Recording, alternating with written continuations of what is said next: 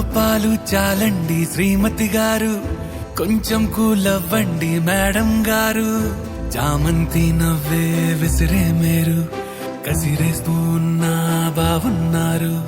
సరదాగా సాగే సమయంలోన మరిచిపోతే బాధ కబురు, వద్దు అంటూ ఆపేదెవరు. కోపాలు చాలండి శ్రీమతి గారు, కొంచెం కూలవ్వండి మేడం గారు.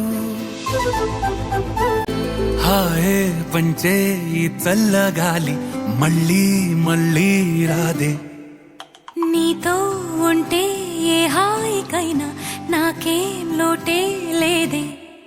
అదుగు ఆ మాటే అంటోంది పూటే, సంతోషమంటే మనమేనని. ఇదిగో ఈ ఆటే